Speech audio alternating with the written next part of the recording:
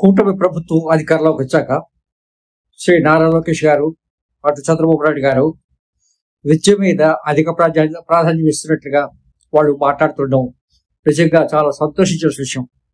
కారణం ఏంటంటే, ఎక్కడైనా సరే ఒక దేశం బాగుపడాలన్నా, సమాజం బాగుపడాలన్నా, ఒక కుటుంబం బాగుపడాలన్నా విద్య చాలా ముఖ్యమైన కీలక భూమిక పోషిస్తుంది. కాబట్టి విద్య మీద ప్రభుత్వం ఖచ్చితంగా మంచి దృష్టి పెట్టాల్సిన అవసరం చాలా ఉంది.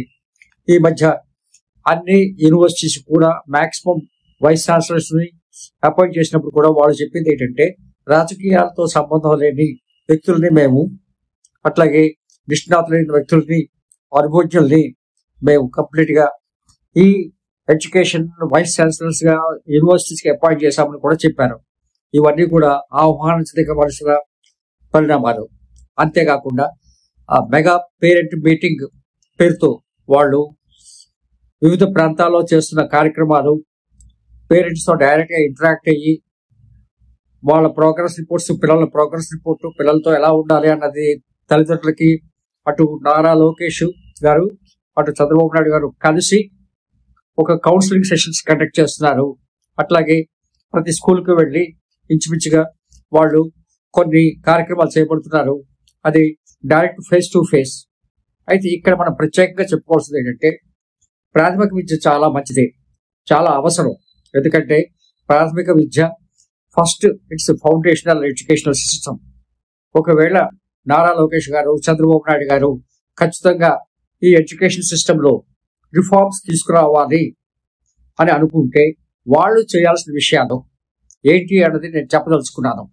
ఎందుకంటే వాళ్ళు ఈ మధ్య చెప్పింది ఏంటంటే, టీచర్స్ ని బృందాలుగా ఏర్పరిచి అటు ఫిన్లాండ్ ఎడ్యుకేషన్, అమెరికా, లేకపోతే ఇంగ్లాండ్, ఇట్లా వివిధ దేశాలు ఎట్లా ఉంది అన్నది పరిశీలించడానికి కూడా పంపిస్తామని చెప్పి వాళ్ళు చెప్తున్నారు. కాబట్టి ఇక్కడ నేను కొన్ని అభిప్రాయాలు చెప్పదలుచుకున్నాను. యాక్చువల్ గా what is happening in the Indian education system, especially Andhra Pradesh. అయితే ఇది చెప్పడానికి మీకున్న అర్హత ఏంటని మీరు అడగచ్చు. నేను 45 years ఎడ్యుకేషన్ లో పనిచేసిన వ్యక్తిని. I'm retired principal also. ఇటు CBSE, British curriculum, American curriculum, Australia curriculum, Germany curriculum మీద నాకు ఒక తరహ అవగాహన ఉంది, ఎక్స్పీరియన్స్ ఉంది. అంతేకాకుండా చైనాలో ఎడ్యుకేషన్ సిస్టమ్, ఎందుకంటే నేను ఒక 15 కంట్రీస్ లో పనిచేసి, తిరగడం కాదు, పనిచేసి నేను అక్కడ అనుభవాన్ని సంపాదించుకొని వచ్చాను. కాబట్టి ఇప్పుడు మీ ముందుకు ఏంటంటే, నేను కొన్ని నిర్దిష్టమైన సూచనలు చేయాలనుకుంటున్నాను. అది కానీ చేసినట్లయితే నారా లోకేష్ గారికి, అటు చంద్రబాబు నాయుడు గారికి నిజంగా తెలుగు సమాజం, అంతేకాకుండా దేశం మొత్తం కూడా చాలా రుణపడి ఉంటుంది. ఇట్స్ ఏ పైలట్ ప్రాజెక్ట్ గా తీసుకున్నట్లయితే, మొట్టమొదట ప్రాథమిక విద్య చాలా అవసరం. యాక్చువల్ గా చాలా కంట్రీస్ లో కూడా ఈ నర్సరీ ఎడ్యుకేషన్ సిస్టమ్ అనేది లేదు. నర్సరీ ఎడ్యుకేషన్ సిస్టమ్ ఏంటంటే, అంటే 5+ తర్వాతే స్కూలింగ్ స్టార్ట్ అవుతుంది. 5+ ముందు ఏమైనా ఉన్నట్లయితే there all nothing but only day cares. So day care లో వాళ్ళు నేర్పించేవి ఏంటి? డే కేర్ లో వాళ్ళు ఒక సోషల్ బిహేవియర్, అలాగే లాంగ్వేజ్ స్కిల్స్, ఐడెంటిఫికేషన్ స్కిల్స్, అలాగే మోటార్ డెవలపింగ్ స్కిల్స్, ఈ స్కిల్స్ మీద వాళ్ళు చాలా ఎక్కువ స్ట్రెస్ ఇస్తారు. తర్వాత ఈ డే కేర్ కూడా 2 days, 3 days, 4 days మీరు ఎన్ని రోజులు కావాలి అన్ని రోజులు పంపించవచ్చు. అంతే తప్ప డైలీ పంపించాలని లేదు. మీరు ఫిన్లాండ్ ఎడ్యుకేషన్ మాట్లాడితే అక్కడ 7 years వస్తాయి, కానీ ప్రాథమిక విద్య అనేది ఆరంభం కాదు. సో ప్రాథమిక విద్య ఆరంభమయ్యే వరకు కూడా parenting is very very important. Social awareness create చేయడం కానీ, లేకపోతే ట్రాఫిక్ రూల్స్ చేయడం కానీ, షాపింగ్ మాల్స్ లో పర్చేజెస్ ఎట్లా చేయాలి, ఇవన్నీ కూడా నేర్పించాల్సింది parents. So parent responsibility schools మీదకి ట్రాన్స్ఫర్ చేస్తున్నారు ఈ రోజుల్లో. అన్ని విషయాల్లో కూడా స్కూల్కి పంపించేస్తున్నాం, మా పని అయిపోతుంది అని చెప్పి. సో ఈ విషయంగా చూసుకున్నట్లయితే ప్రాథమిక విద్యకి మంచి ప్రాధాన్యత ఇవ్వాలి. సో నర్సరీ స్కూల్స్ అనేది కూడా మన ఇండియాలో it's a very very booming business. ఎంత బిజినెస్ అంటే, నర్సరీ స్కూల్ అని సరికల్లా, నర్సరీ అంటే nursery, LKG, UKG 3 years schooling అక్కడ పెడుతున్నారు. ఈ 3 years లో కొన్ని $billions లక్షల కోట్ల టర్న్ ఓవర్ ఎడ్యుకేషన్ లో జరుగుతోంది. సో ఇవన్నీ కూడా కొన్ని విధంగా చెప్పాలంటే విద్య ఈ రోజుల్లో ఒక ఆర్భాటంగా కనిపిస్తుంది తప్ప అవసరంగా చాలా మంది భావించట్లేదు. అవసరంగా భావించినా సరే వాళ్ళ తీరు ఇట్లా ఉంది కాబట్టి ఎడ్యుకేషన్ లో కంప్లీట్ గా సేవా దృక్పథమే తప్ప బిజినెస్ దృక్పథం లేకుండా చేయగలిసినట్లయితే ప్రభుత్వం 50% రెస్పాన్సిబిలిటీ తీసుకున్నట్లే. అట్లాగే ప్రాథమిక విద్యలో వచ్చేసరికల్లా 1:10 టీచర్స్, 1:10 అంటే ప్రతి 10 మంది స్టూడెంట్స్ కి ఒక టీచర్ ఉన్నట్లయితే ఈ విద్య అనేది ఖచ్చితంగా ప్రజల్లోకి చిల్లరలోకి ఎఫెక్టివ్ గా వెళ్లే అవకాశం ఉంటుంది. అట్లాగే ఉన్నత విద్య అంటే ప్రాథమిక విద్య తర్వాత secondary schools, senior secondary schools వచ్చేసరికల్లా మాక్సిమం 25 అంటే ఒక టీచర్కి 25 అంతకంటే ఎక్కువ ఉన్నట్లయితే కూడా విద్యా వ్యవస్థలో ఉన్న అన్ని కూడా దిగజారిపోయే అవకాశం చాలా ఉంది. ఇకపోతే హైయర్ ఎడ్యుకేషన్కి వచ్చేసరికల్లా అక్కడ మరికొన్ని సూచనలు ఏంటంటే హైయర్ ఎడ్యుకేషన్ అనేది ఇప్పుడు నారా లోకేష్ గారు డిఫరెంట్ కంట్రీస్కి వెళ్తున్నారు. ఆస్ట్రేలియాకి వచ్చారు. ఆస్ట్రేలియాలో ఆయన new south wales university of new south wales కూడా విజిట్ చేశారు. ఆ యూనివర్సిటీ నేను కూడా విజిట్ చేశాను ఆల్రెడీ. సో అక్కడ ఆ యూనివర్సిటీస్ ని మనం ఇక్కడ స్టార్ట్ చేస్తాం అనుకోవడం కంటే ఇక్కడ యూనివర్సిటీస్ ని ఆ స్థాయికి తీసుకెళ్లేటట్లుగా మేము విద్యను అందిస్తామని మీరు చెప్పినట్లయితే న్యాయంగా ఉంటుంది. లేదు అన్నట్లయితే మీరు అక్కడ యూనివర్సిటీస్ తీసుకొచ్చి ఇక్కడ పెట్టడం వల్ల ఏముందంటే ఇక్కడ ప్రభుత్వం నడుపుతున్న యూనివర్సిటీస్ అన్ని కూడా it will become complete defunct, it will collapse completely. ఎందుకంటే ఇక్కడ ఉన్న యూనివర్సిటీస్ లో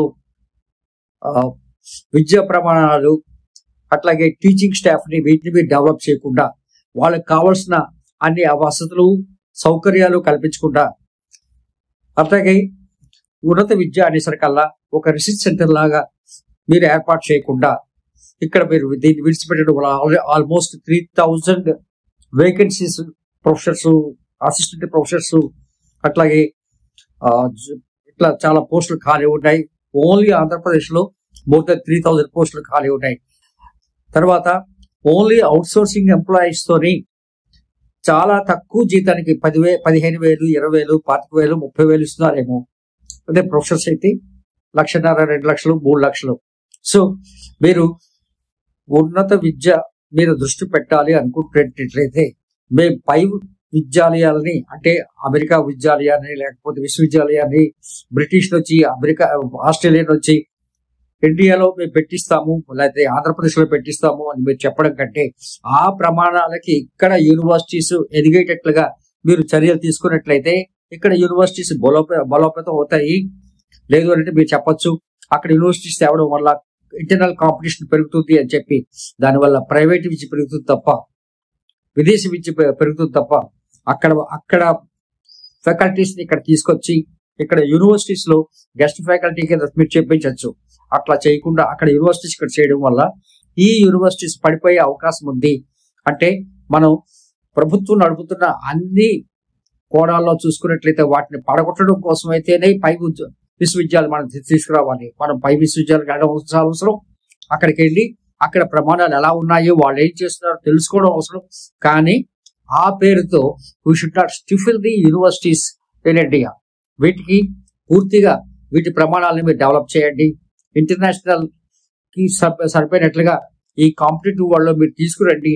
అప్పుడే మీరు సరైన చర్య తీసుకుంటున్న లెక్క. అట్లాగే ఈ ప్రైవేట్ విశ్వవిద్యాలయాల్లో మీరు అవుట్ సోర్సింగ్ టీచింగ్ ఫ్యాకల్టీ పెట్టడం వల్ల అంత ఇన్స్పిరేషన్ వస్తుందా, అంత ప్యాషన్ డెవలప్ అవుతుందా? ఎందుకంటే తక్కువ జీతంలో పక్కనే 2.5 లక్షలు అందుకుంటున్న ప్రొఫెసర్ ఉంటాడు. ఆయన వాళ్ళ దగ్గర పనిచేస్తున్న 10 మంది 25,000 చొప్పున అందుకుంటారు. సో అక్కడ వాతావరణం ఎట్లా ఉంటుంది? సో సమన్యాయం మీరు పాటించి విశ్వవిద్యాలయం కరెక్ట్ గా మీరు చేయాలనుకున్నట్లయితే మీరు తీసుకోవాల్సిన చర్యలు ఇవి. అంతేగాని please don't go for unnecessary stunts and publicity. మీకు ఇంకేమైనా కావాలి అని అంటే నేను సరైన అవగాహన కల్పిస్తాను, ఇన్ఫర్మేషన్ కూడా అందిస్తాను. మీకు ఏ దేశం ఇన్ఫర్మేషన్ గా ఉంటే ఆ దేశం ఇన్ఫర్మేషన్ నేను మీకు ఇచ్చే పరిస్థితిలో ఉన్నాను. సో నేను ఇచ్చే ఇన్ఫర్మేషన్ ని మీరు మీ తాలూకా నిఘా వర్గాలతోని మీరు ఒకసారి క్రోడీకరించుకొని ఇది ఏ విధంగా చేస్తే బాగుంటుంది ఒక ఎక్స్పర్ట్ టీంని పెట్టుకొని మీరు చేయండి. అట్లాగే ఎడ్యుకేషనల్ ఆర్గనైజేషన్స్ లోని అడ్వైజర్స్ అని చెప్పి మళ్ళీ కొత్త పోస్టులు క్రియేట్ చేయడం కంటే ఉన్న ఫ్యాకల్టీని మీరు స్ట్రెంగ్తన్ చేయండి. అవుట్ సోర్సింగ్ ఎంప్లాయీస్ ని రెగ్యులర్ చేయండి, వాళ్ళకి రెగ్యులర్ శాలరీస్ ఇవ్వండి. అప్పుడు మాత్రమే మీరు వాళ్ళ నుంచి సరైన అట్లాగే వాళ్ళకి లక్ష్యాలు నిర్దేశించండి. ఇన్నోవేషన్ రావాలి అని అంటే ఇన్నోవేటివ్ గా ప్రాథమిక విద్య నుంచి కూడా ఎడ్యుకేషన్ జరగాలి. కాబట్టి మీరు ఆ ప్రకారంగా ప్రవర్తిస్తే బాగుంటుంది. Teacher training is very very important. Teachers ని లేటెస్ట్ ఇన్ఫర్మేషన్ మీద మీరు డెవలప్ చేయడం చాలా అవసరం. దానికి కావాల్సిన వర్క్ షాప్స్ ఇవన్నీ ఏం కావాలి అనేది మీరు డెవలప్ చేసి ఉన్న టీచర్స్ లో ప్యాషన్ డెవలప్ చేసి, అంటే కొన్ని కంట్రీస్ లో ఫర్ ఎగ్జాంపుల్ ఫిన్లాండ్ ఇటువంటి కంట్రీస్ లోని ఎడ్యుకేషన్ అన్నది టీచర్స్ అన్నది వాళ్ళు గెస్టెడ్ ఆఫీసర్స్, వాళ్ళకి ఇవ్వాల్సిన రెస్పెక్ట్ వాళ్ళు ఇస్తారు. ఇక్కడ ఏమవుతుందంటే ఇక్కడ టీచర్స్ చేత అన్ని రకాల పనులు చేయిస్తారు. అంటే ఇటు ఎన్యూమరేషన్ కావాలన్నా ఇంకేది కావాలన్నా సరే ప్రతి దానికి టీచర్స్ రోడ్డు మీదకి వెళ్లాల్సిందే. టీచర్స్ చేసే రికార్డ్ వర్క్ చాలా ఎక్కువ.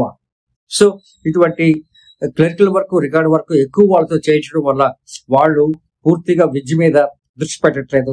అలాగే ఈ మధ్య దీనికి సంబంధించిన గ్రాంట్స్ కి సంబంధించి వాళ్ళకి కావాల్సిన వసతులకు సంబంధించి మీరు చేయాల్సింది ఇంకా చాలా ఉంది. అవన్నీ విడిచిపెట్టేసి మీరు ప్రపంచ టూర్లు పెట్టుకొని మీరు డిఫరెంట్ యూనివర్సిటీస్ లో ఎలా జరుగుతున్నాయి ట్రై చేస్తూ అక్కడ యూనివర్సిటీస్ ని ఆంధ్రప్రదేశ్ తీసుకురావడం వల్ల అంటే మంచి స్టేజ్ లో ఉండే యూనివర్సిటీస్ కూడా మన ఆంధ్రప్రదేశ్ లో కొలాప్స్ అయ్యే అవకాశం ఉంది. ఇవన్నీ కూడా ఏమవుతుందంటే it will not develop the competition. It will kill the Indian education system completely. Thank you very much. All the best.